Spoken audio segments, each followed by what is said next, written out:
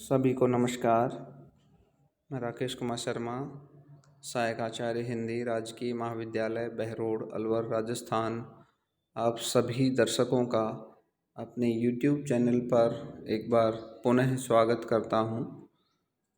आज हम अपने YouTube चैनल पर मत्स्य विश्वविद्यालय के पाठ्यक्रमानुसार BA द्वितीय वर्ष हेतु निर्धारित द्वितीय प्रश्न पत्र में नाटक एवं एकांकी संकलन से ली गई एकांकी और वह जा न सकी, इस एकांकी पर एक लेक्चर लेकर प्रस्तुत हुए हैं। यह एकांकी विष्णु प्रभाकर जी द्वारा लिखित है, जिसमें विष्णु प्रभाकर जी ने एक सामान्य मध्यम वर्गीय परिवार में जो एक लेखक है उसकी क्या स्थिति रहती है, परिवार में दोनों पति पत्नी में किस तरह के मनमुटाव होते हैं और अंत में किस तरह से उनका जीवन है वो आगे चलता है, ये सारी चीज़ें उन्होंने इस एकांकी के माध्यम से रखी हैं। यदि पात्र परिचय की बात करूं तो इसमें लगभग 7 से 8 पात्र हैं, जिसमें मुख्य पात्र हैं शैलेंद्र, जो एक प्रसिद्ध लेखक है। फिर शारदा शैलेंद्र की पत्नी, उसके बाद शरत उनका पुत्र है, शशि एक पड़ोसिन है, श्रीधर परिवार का एक मित्र है, सखी शारदा की सखी है, शीला शैलेंद्र की प्रशंसक एक महिला, एक अन्य मित्र। तो इस तरह से जो पात्र हैं वो बहुत ज़्यादा संख्या में नहीं हैं और सीमित संख्या में होने के कारण जो एकांकी है उसका जो शुरुआत से लेकर अंत तक का जो सफ़र है वो बहुत ही शानदार रहा है। देखिए, जितने पात्र कम होंगे एकांकी में, एकांकी उतनी ही सही होती है। ज़्यादा पात्रों के कारण एकांकी उलझ जाती है और पाठक को समझ नहीं आती और रंगमंच पर मंचित करने में भी बहुत ज़्यादा पात्रों को सजाना संवारना पड़ता है, इसलिए पात्र इसमें बिल्कुल रंगमंच के अनुकूल हैं। आगे देखिए, पाठ परिचय की यदि मैं बात करूं तो पाठ परिचय आप देख चुके हैं, जो पहला वीडियो हमने इसका अपलोड किया उसमें कि शारदा के इर्द गिर्द घूमती है ये पूरी कहानी। जो मुख्य पात्र है, महिला पात्र, जो एक लेखक की पत्नी है और पारिवारिक जिम्मेदारियों से विमुख जो पति है उसका, वो जिम्मेदारी बिल्कुल नहीं उठाता। शादी कर ली लेकिन उसकी जिम्मेदारी बिल्कुल नहीं उठाता है, सिर्फ और सिर्फ पत्नी ही पूरा जो घर है उसको चलाती है। उससे आहत है शारदा और उसका जो द्वंद्व है, क्या करना चाहिए क्या नहीं करना चाहिए, मन में बहुत सारी बातें हैं लेकिन वो कह नहीं सकती, वह पोह चलती है उसके मन में, ये द्वंद्व है उसका। बहुत ही सुंदर चित्रण यहाँ पर किया गया है। बीच बीच में संगीत के साथ फ्लैशबैक शैली का बखूबी प्रयोग हुआ है, पूर्व दीप्ति शैली जिसे कहते हैं। संवाद मन स्थिति को स्पष्ट करने वाले हैं। मन की जो स्थिति है वो स्पष्ट हो जाती है कि व्यक्ति कहना क्या चाहता है, पात्र आखिर चाहता क्या है। कथानक रोचकता से आगे बढ़ता है, रोचकता इसमें बनी रहती है, पाठक को एकांकी आगे पढ़ने का मन करता है। भाषा प्रवाहपूर्ण है, भाषा प्रवाहपूर्ण है, एकदम लगातार बनी रहती है भाषा, इसमें कोई जटिलता नहीं है। विष्णु प्रभाकर जी ने नारीगत मनोभावों का सटीक मनोवैज्ञानिक चित्रण किया है। नारी के जो क्या मनोभाव होते हैं किस दशा में, वो एक व्यक्ति को समझ में आने चाहिए और उसे समझने के लिए ही उन्होंने नारी का के मनोभावों का मनोवैज्ञानिक चित्रण यहाँ पे किया है।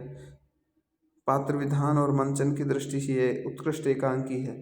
यानी रंगमंच पर मंचाने हेतु ये एक बहुत ही उत्तम एकांकी साबित होती है।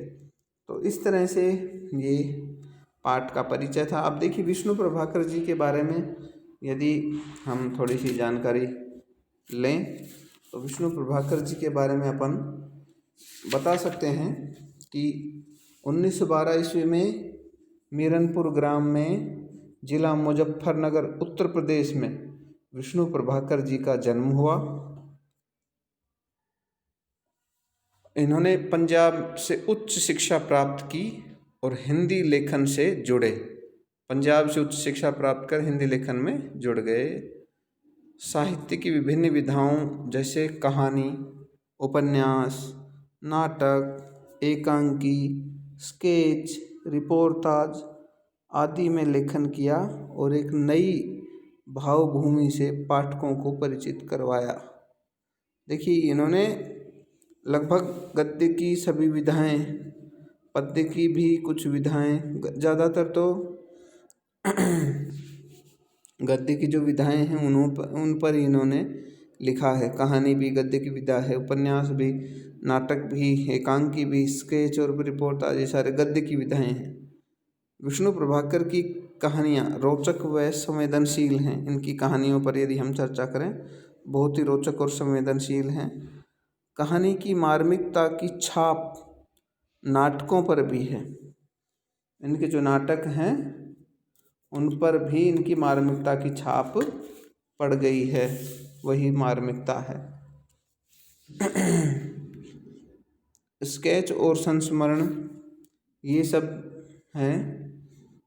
इसमें लेखक ने विष्णु जी को विशेष सफलता दिलाई है, इसमें संस्मरण लिखने में। रिपोर्टाज में उन्होंने तटस्थ दृष्टि से उत्कृष्ट चित्र प्रस्तुत किए हैं। तटस्थ दृष्टि से उत्कृष्ट चित्र प्रस्तुत किए, तटस्थ रहकर एकदम बिल्कुल उन्होंने जो वास्तविकता है वो ही इन्होंने अपनी लेखनी से लिखी है। तटस्थ का अर्थ होता है कि ना इधर का ना उधर का, बिल्कुल मध्य का, बीच का, एकदम बिल्कुल सटीक लिखने वाला। चलिए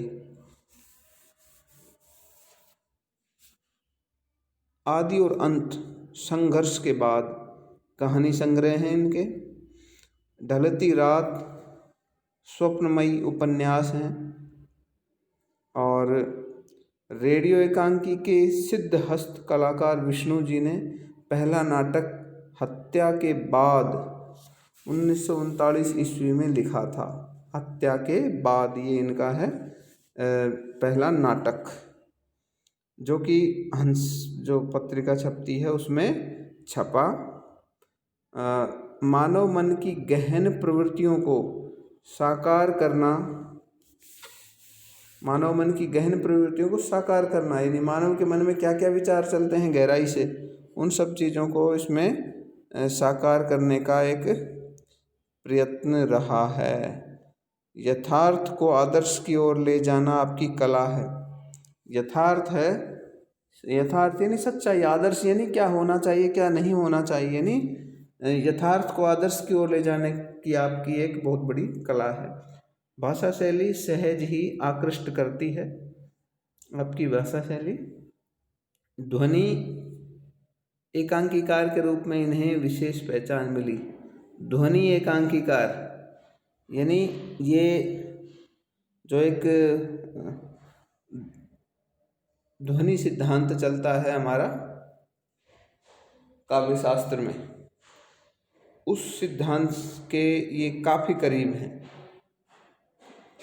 बंधन मुक्त, पाप, साहस, प्रतिशोध, रक्तचंदन, विभाजन, माँ, नया समाज इत्यादि सामाजिक समस्या प्रधान एकांकी हैं इनके।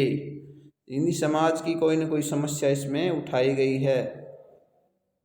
कांग्रेस मैन बनो, क्रांति, बीमार आदि इनके राजनीतिक एकांकी हैं। ममता का विष, भावना और संस्कार, मैं दोषी नहीं हूँ आदि मनोवैज्ञानिक एकांकी हैं। प्रोफेसर लाल, गीत के बोल, सरकारी नौकरी इत्यादि इनके हास्य व्यंग्य प्रधान जो वो हैं एकांकी हैं। और अशोक, परिवेदन, पौराणिक, ऐतिहासिक,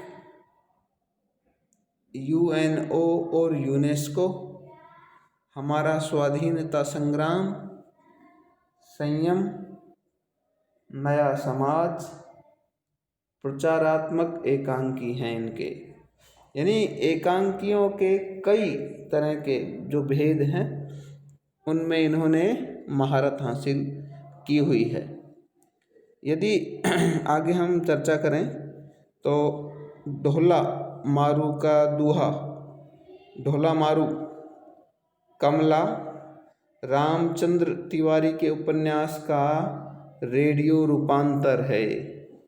रेडियो रूपांतर यानी पहले देखिए रेडियो पर भी एकांकी का जो रूपांतरित करके उसे रेडियो पर प्रसारित किया जाता था और कुछ ध्वनियाँ और कुछ आवाज़ों के माध्यम से, और एक इस तरह का चित्र खींचा जाता था जो श्रोता होता था उसके दिमाग में कि वो उस चीज़ को महसूस करके और उस एकांकी का आनंद लेता था, तो उसे कहते हैं रेडियो रूपांतर। उसका आजकल भी रेडियो यदि आप सुने तो कुछ चैनल्स हैं जो ऑल इंडिया रेडियो है, विविध भारती है, आकाशवाणी के जो केंद्र हैं उन पर ये एकांकियाँ हैं और नाटक हैं, उनके रेडियो रूपांतर आप सुन सकते हैं।